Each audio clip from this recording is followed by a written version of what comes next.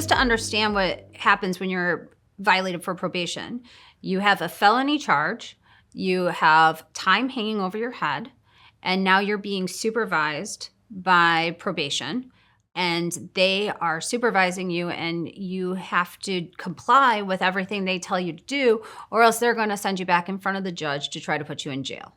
And what has happened recently, what I've found in a very interesting case, is that the probation officers are way overworked. They have 900, 800 cases, unbelievable numbers of people that they are supervising, and they are not necessarily taking the best notes.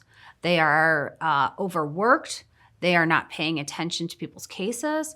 Sometimes the probation officer being overworked will leave the department because they are not being appreciated and they're working too hard. And so you end up with this client. I ended up with this client who really got an unfair violation sent to the court for absconding, meaning that he didn't appear with the probation officer and he was not able to be found. So we subpoenaed the probation officer to come to his violation instead of just rubber stamping. Yep, you did it. Well, let's beg the judge for less time, right?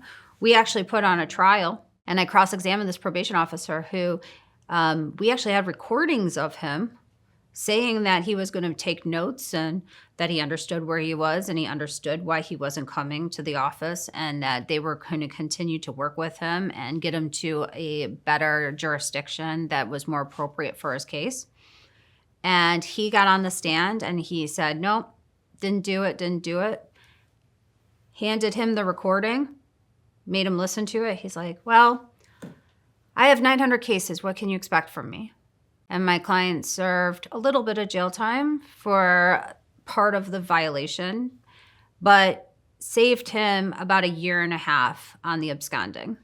I think that when it comes to probation violations, attorneys make a mistake of just believing the probation officer because they don't want to look at what their client actually tells them.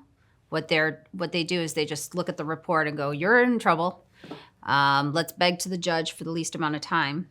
But sometimes clients really have a story to tell, and I am here to listen and try to uncover the truth when I can. So there are things that can be done for a probation violation besides just begging a judge.